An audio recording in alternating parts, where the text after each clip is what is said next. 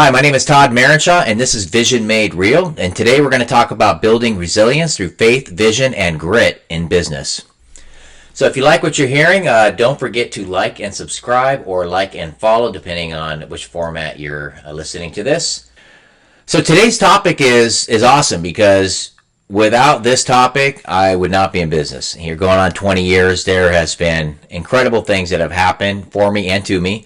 A lot of it my own doing. And some of it not my own doing. But I have one story probably about a little over a decade ago where I had an employee who was an awesome employee, loved him, and he'd worked hard for a long time. He had done great things for us, and at that time I'd become a little bit, let's just say, lazy, and pretty much allowed everyone to do what they want. I had a good group. We were happy. We played basketball at work. Kind of felt on top of the world. And during that time, I just wasn't working as much. I was doing a lot of vacationing and running around, making a lot of mistakes, I guess you would say, where I wasn't leading the way. I was pretty much allowing everyone else to lead, and I was enjoying my life, right, for lack of better words. So during this time, while I was living this life and feeling like I was on top of the world, I don't know if it was resentment. I don't know if it was just opportunity, but the person that I trusted the most ended up starting their own company, doing the same thing, selling uniforms, and then convincing the people that worked for me, right, the other employees, to actually help him build his business with my leads, with my customers. So he started selling my customers his product and not my product. And he did this for probably about a year. And he had built up a great customer base because I gave him all my best customers. And the other reps were also giving him their people that they couldn't close, and he was closing them with his own product as well. And eventually I found out that this was happening, but not until after he had left and essentially taken half of my book of business. It had completely decimated my company, my business. I don't even know how we paid bills. We went from making, I'll just come up with it. I don't want to do too many numbers. Let's just say we were making $150,000 a month, right? And after he left, it probably got cut to $75,000. I don't know if those numbers are correct, but the point being, it was that big of a hit. And then I found out that everyone was helping him do it, that all the people that remained were actually in league and helping him to steal from me. So it was quite devastating, to say the least. This would have been a good opportunity to just quit.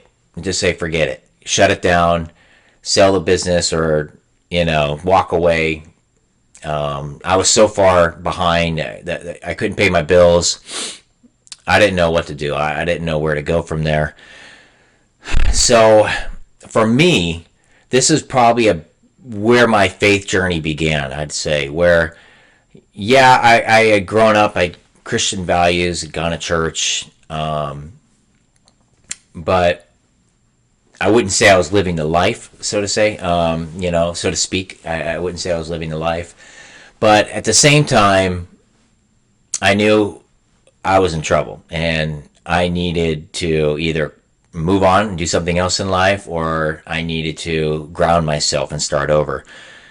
And this started my journey, I would say my faith journey, and it helped me understand how to take faith and vision, and with grit, rebuild.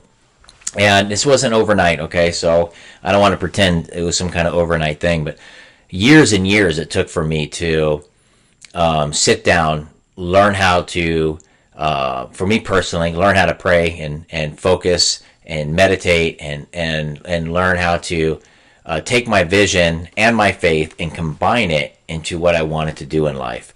And I had to start the whole thing over. And eventually I had to let everyone go and do a whole reboot of the business. even now, as I look back, I really don't know how I got through it. I don't know. I don't know how I don't know how we're still in business. It was really a difficult time, and it was nearly impossible to get through it. And somehow I'm here today to talk about this. But I will say that it started with me. Instead of blaming the employees, instead of being mad, I had to sit down and say, how did I fail? How did I fail as a leader? How did I fail as a person? How did I fail as as a Christian man? How did I fail? And there was a lot that I was doing wrong, and there was a lot of failure on my end that I could look at. And because of that, I was able to kind of forgive the people that had done that, let it go, and not hold it against them, and be like, I needed to learn this lesson, and now I have, and in ways even be grateful for what happened to me, which I never thought at the time I could feel gratitude towards what had happened to me. So this brought me to one of my favorite scriptures, and that is James 1, verses 2 and 3, which says, "Consider it pure joy, my brothers and sisters, whenever you face trials of many kinds, because you know that the testing your faith produces perseverance." I remember when I had first become a Christian a long time ago that I didn't really understand the scripture. I had read it, but I couldn't figure out how to be joyful in trials, or joyful in perseverance. And it just kind of sounded very foreign to me. Not that I didn't understand the idea, but to apply it to my own life, I didn't think that's something I could probably be able to do. After what happened, I fully understood what the scripture meant. That resilience, right? Not avoiding trials, not avoiding them, because trials are going to come to everyone, right? It doesn't matter what your religion is, what your beliefs are, what your faith is. Everybody's going to get trials. But learning how to embrace those trials and know that when you get through these trials, that you are going to be so much more, that you're going to be so much better, that your company's going to be stronger, that you're going to be a better leader. That if you use this to make changes, to realign, to maybe get a new vision, then man, you're going to come out even stronger. You're going to come out even better in the end. And that's the part that was hard to see at first. But as time went on, and I kept trying to restructure, and I kept refailing, I would hire a new team, and I would just fail again, and I hire a new team, and I fail again, and just kept getting bigger and bigger debt, and just struggling to build that magic I had when I first started the business. Many times I thought about quitting over and over again. I kept thinking, how do I quit? How do I get rid of this business? How do I sell it? So frustrated. I'd just be like, I wish I'd never started this business. There was so much discouragement at that time. But every day I would just get up, refocus, pray, and I get my faith aligned with my vision. And that's kind of the key in this. And this is, vision made real, where that's where I really learned to envision, where will I be in 5 years? Where will I be in 10 years? And then keep working backwards so that I could get through that day, because there was so much darkness. There was so much, it was such a bummer. It wasn't all the parties and hey man, we're winning, and it wasn't like, hey, I'm making money hand over fist and I'm so happy. It was like, oh my gosh, how do I pay my bills? I can't take care of my family. This really sucks, and it wasn't what you see in the movies, I guess you would say. It was very difficult and depressing at times. But that's where I started learning, hey, my perspective needs to change, right? My vision, I need to be excited that when these trials come up, I need to say, you know what, there's probably a better way to do this. There's a better way to fix this, to make this happen, and I just need to find it, right? The reason why it's failing is because I'm doing it in a way that's inefficient, that's not the best, and so I would think about it, meditate about it, pray about it, and re-envision what I need to do. And I just kept failing over and over again. I mean, it was really difficult. And then, just as I thought I was starting to get it, COVID came, right, in 2019. And I was in the sportswear business. Obviously, I still am. I have other businesses, but that was my main business. And well, sports shut down, so there was no sports at all for like, I think 18 months or something. Nobody sold uniforms. Like, there was no uniforms to sell. Nobody was buying. Nobody was selling.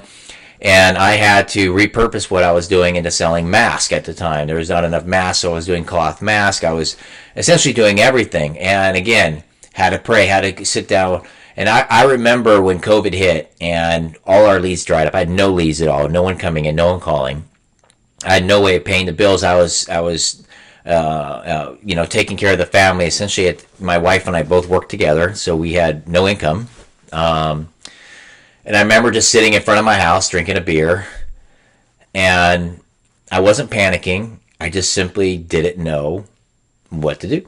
Didn't know what was going to come next. And I just kind of laughed about it. And I talked to some family, I talked to friends, and they said, "What are you going to do?" And I just said, "I don't know. I have no idea." And I said, "I don't know how I'm going to pay my bills in a day from now. I don't know. I have no money coming in." And during that time, I decided to repurpose my factory and make masks. Like, that came a few days later. So I started making masks, and I would get just enough sales because it was just me. I had to let everyone go again. So, I'd have these big teams of people, and I'd let everyone go, and I'd have a bunch of people work for me, and I'd let everyone go. So again, COVID came. I had to let everyone go, and it was just me. And I had one overseas worker who I had just hired right before COVID hit, and I kept him, and I was paying him out of my own pocket. And we would seem to just always get at least one or two deals a month. It's just enough to not go into, a further debt, I guess you could say. Just enough to pay a few basic things, and I could pay my worker that I had from overseas, and that's it. And that's how I survived for 2 years. Then I would get up every day, I would meditate and pray, talk to God, and be like, I don't know where it's coming from, I don't know what deals are coming in, I just gonna ask for help today. And I would just focus on, when this is over, man, it's gonna be amazing. I'm gonna learn so much. I'm gonna learn so much from these trials that I will be able to rebuild and get a new team, and I'm going to do it the right way this time. And that's what kept me going. I kept using my vision of the future, of what it's going to be like when I get through this, the lessons I'm going to learn. And somehow, some way, every month, a deal would come in. A deal would come in for the government would call, and I get 10,000 masks that I would do for them. And then the next month, somebody who's trying to take care of their school would call, and I'd get 1,000 masks from them. And I just kept selling these cloth masks, and from our factory, just to do something, right? Just to try to help people and make it through this. So that was, I went from learning about enjoying trials, even though they're horrible, to going through from one horrible trial to even a worse trial with COVID. But during the COVID trial, it was so much different than the first trial, where I was so angry and bitter at first, and I had to work my way through it. During the COVID trial, I was resigned, and I just knew somehow, some way, that I would make it through. Somehow, some way, I was going to get through this, and I was going to succeed again, and I was not going to stay down. But if I hadn't gone through the first trial, where half my business was gone, I would have never made it through the second trial. So there was always a plan. I always believe that there's a plan. There's, through every bad trial, there is a plan that God has for you. There's a reason for that happening to you, and it's very hard to see at the time, because you feel terrible, you feel depressed, you feel like God's against you, God hates me, all these thoughts come in your mind. But he knew I needed this trial to get through the next trial, because the next would be so much harder. Yet I didn't even feel that it was so much harder. I just felt like God will provide. I don't know how. But that faith came from the trial I had before and learning to keep a vision in my head for the future and what it's going to be and how this is going to help me. And then when COVID came, I kept this vision in my head of how I'm going to rebuild yet again. So here I am on really my second major rebuild after COVID.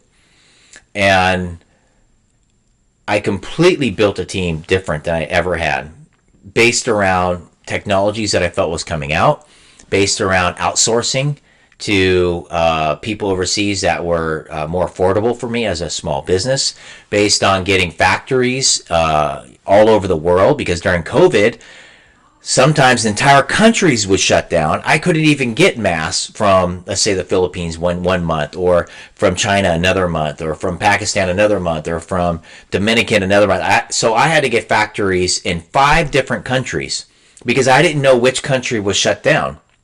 Well, that network set me up so that when we started getting back in business, not only did I have great overseas workers who were more affordable, who loved working for me, even if I couldn't pay them these incredible money for them in their country, it was great money and they're very happy and they loved working, for my company and for me.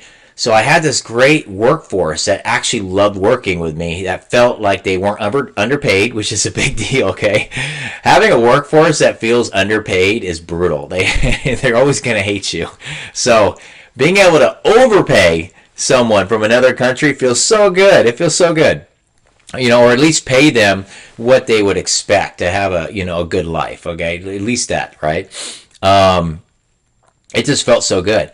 And now I had contacts in every country. Before, I just had contacts really in one. Like, I was focused, I had one country, one factory, one everything. I came out of COVID with 5 different factories in different countries. And I had, I think, 3 or 4 overseas workers that were incredible, who I loved. And I had I had debt, but I could pay my debt because I didn't have massive overhead. I cut everything down. I didn't have an office anymore. I didn't have to pay, these crazy exorbitant rent prices. I didn't have to really do half the stuff that I did before, all the different insurances. And also when you have overseas workers, you're not paying for all these extra taxes for them. It's not just about paying workers here. It's about paying their taxes on top of paying the workers here.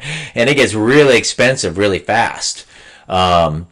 So I didn't have to worry about that either. And all of that made it possible for me to stay in business. Even if I was rebuilding, I had to literally, when COVID was over, I was rebuilding a business from ground. It was like a brand new business. So even if I'm like, I've been in business 20 years, it didn't matter. All my clients from years ago, many of them had just moved on from coaching. They weren't around anymore. I hadn't had leads in years. It was a brand new business. I was starting over, a brand new business with a ton of debt. Okay? So I had all this debt, no leads, no prospects, really no funnel, and I had to start over. But I was able to do it, okay, because I learned so much during that time, and I had all these great factories I could use now, and I had great overseas workers that I could use. And this is all stuff. If I didn't keep the end vision, if I didn't say, man, look at all I'm learning. Look at how much greater I'm going to be when I get out of this.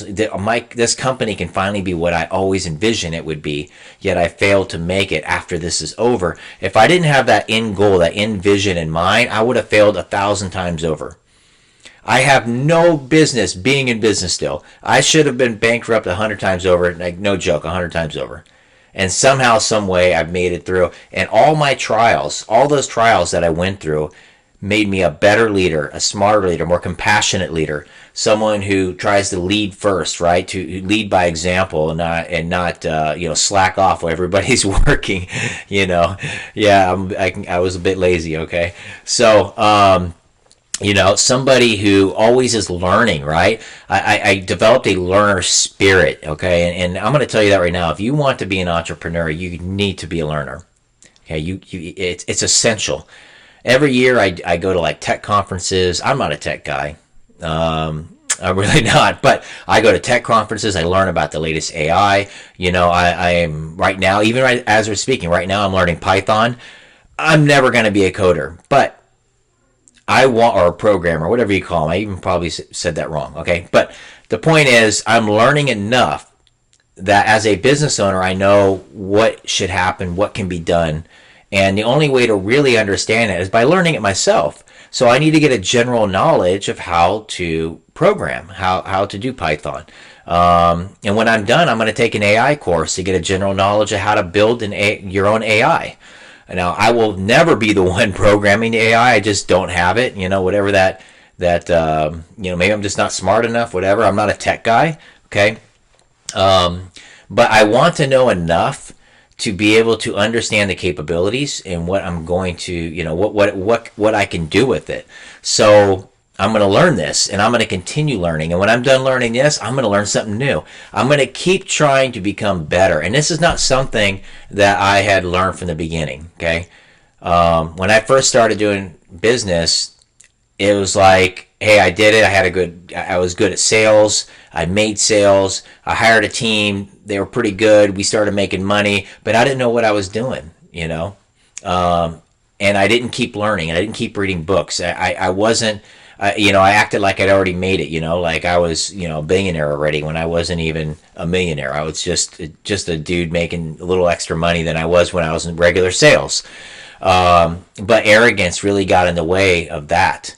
But all those years of humbling and resilience, right, which we're talking about now, right, grit, right, all those years of building grit taught me something, that you got to be a constant learner. You got to have constant vision. You got to have faith to go with that vision. And when you have all that, you will be successful. It doesn't matter what your product is. You will be successful when you have that. But that's something that you need to learn. It needs to be developed, and you need to love the process of learning it and developing it. Okay? All right, so how do we break this up into small daily action? All right, so that's the practical side that I want to talk about a little bit today. So when you are breaking this up into small daily action, what does that mean? That means you're going to have a plan, right, for your employees, and how you're going to take care of them, and how you're going to teach them resilience, how you're going to teach them to get through problems and issues, how you're going to teach them to think about the customer. Not with contempt if you have a customer that's complaining a lot. Not with anger. How are you going to teach them to get through it? That means you think about your customers and what they're going through each day, and what would they like, and what are pain points they may have in buying your product. What are things that they may wish that you have with your product, and if there's pain points, why aren't you trying to fix them? Okay, think about that. What is it my customers want? How do I make their life easier? All right, these are daily things that you can do. All right, so you have an overall vision. I want to be, I want to be the next Nike, whatever it is. I want to be inspiring the youth, right, to be greater in their life. And well, how do I get there? Well, let's just break it down to simple steps. All right, day by day, and each day you need to be thinking, what are the pain points? How do I fix them for my customer? Right? For your employees, what are their pain points? How do you fix your employees' pain points? Right? What is it that they're frustrated about? Do they not like your system? Do they not like the way things work? Is it difficult to put orders in? Is it difficult to deal with customers? Do they need help during certain times? Like, helping them understand when orders are going to arrive, things like that. What are things that take up a lot of time that affect them and make their life harder, right?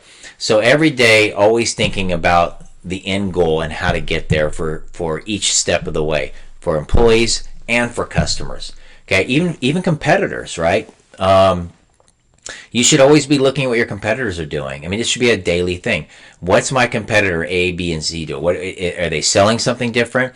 Are they giving a certain promotion or a promo out there? Are they are they known for something, right? Do people know them and say, oh, I love them because they do blank, right? Find out what your competitors are doing that's successful. Are they just copying each other?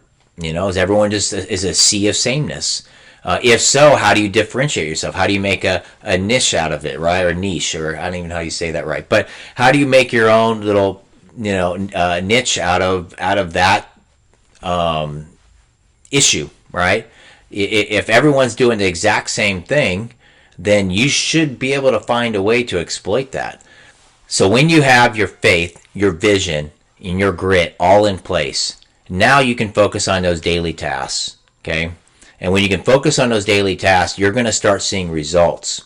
And when you start seeing results, it's going to keep building your faith and your vision.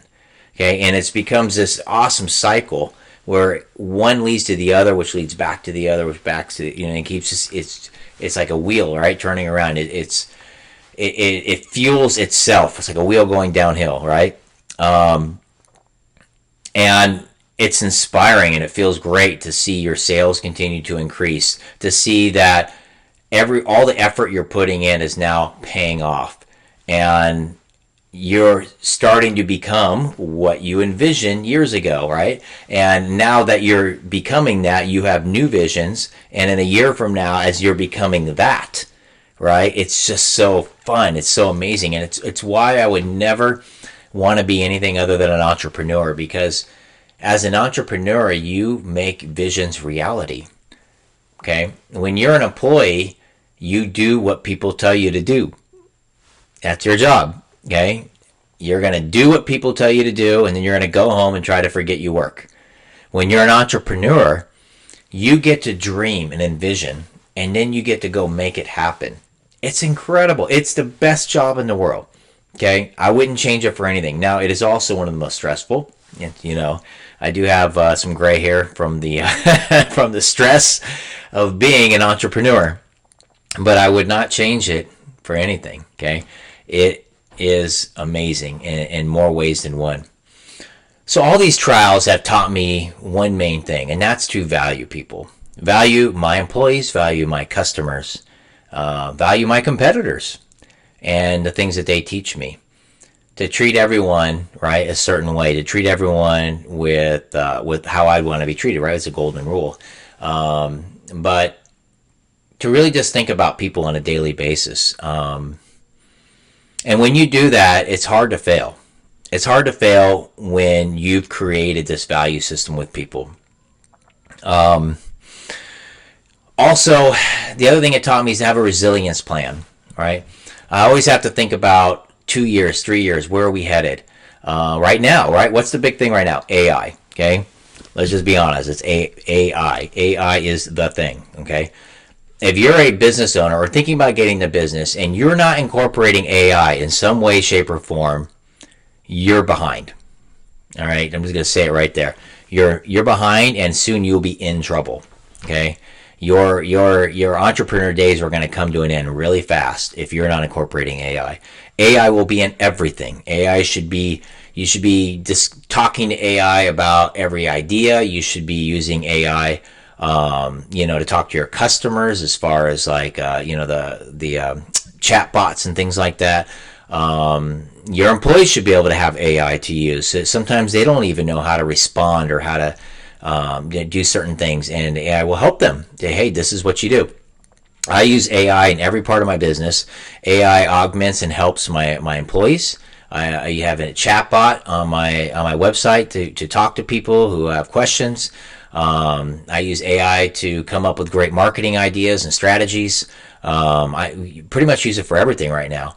So on top of that, AI is going to be taking over search engines. It's going to be taking over everything. And if you can't figure out how to get your business to work with AI, you're going to be left behind. It's going to be a brutal world for people who don't want to change. For the small business owners that think paying Google ads is going to continue to keep them in business, I feel bad for them, but in a couple years they're going to be out of business and they're not going to know what hit them, because when AI is sending you to competitors without ever having a chance to even be seen, like you won't even be seen. The AI is literally just going to say, if someone goes, hey, we'll talk about uniforms, right? I have Allen Sportswear, right? So let's talk about uniform. If someone goes, hey, I need custom uniforms, the AI might just already say, we'll just go to Nike and send them a link, okay? Now, they never had a chance to even look for me or my website, okay? They didn't go to Google or Bing or or any other ones that they have. They're Yahoo. I think Yahoo's still around. They didn't go there anymore. They asked ChatGPT or whichever AI they're going to have. There's going to be thousands of different AIs at that point, and they're going to ask that AI where they should go, and the AI will probably give them a recommendation of one or two and send them directly there, and you may be completely left out. And how are you going to combat that if you're not thinking about that today? you will be left behind in 2 years. So that's what I'm talking about, a resilience plan. You need to be planning 2 to 3 years ahead at all times. I understand I'm here today, but this is where I need to be tomorrow. This is where I need to be in a year, and this is where I have to be in 2 years. And if you're not trying to execute that plan today, it's too late in a year or 2 years. It's over. Okay? So have that resilience plan. All right. So let's close this out. All right? Your faith is your strength. Your faith is your strength. If you have faith, you will get through it. It is your faith. And your faith is your strength. And that strength will lead to resilience and perseverance. And that perseverance will teach you more than 1,000 books can do or podcasts. Okay, that perseverance is what will make you great. It will make you incredible. It will make you a great human being, a great leader. It will make your company great. Okay, that's what you need to make a dent in this world. Okay, you need that in life. I don't know if I want to use a movie quote here, but I always remember this quote from that movie Troy with Achilles. And it always seemed so mean to me at the time. But when Achilles was getting out of the tent, and the kid's like, he was asking him a question like, how could you do this? And Achilles looked at the kid and he goes, that's why nobody will know your name or something. And I was like, man, that's just mean. He's just a little kid. And but it does bring me back to this, where if you don't ever learn what it takes to be great because you quit when it gets hard, if you never learn to have faith and vision and the grit to get through it, then no one will ever remember your name either, right? You will never do anything of consequence in this life. And I think that's the biggest lesson that I've learned through all these trials and issues. I don't know if anyone's going to remember my name yet. Hopefully I'll do some great things in life, and they will. But I can guarantee you nobody would remember my name if I would have quit. Okay, that much I can guarantee. So I just want to encourage you guys here to reflect on your purpose, reflect on who you want to be, learn and really pursue having faith. And when hard times come, right, embrace them and be excited for them, because you're about to grow, and this growth is going to make you someone amazing. All right, guys, take care. Till next time, be blessed.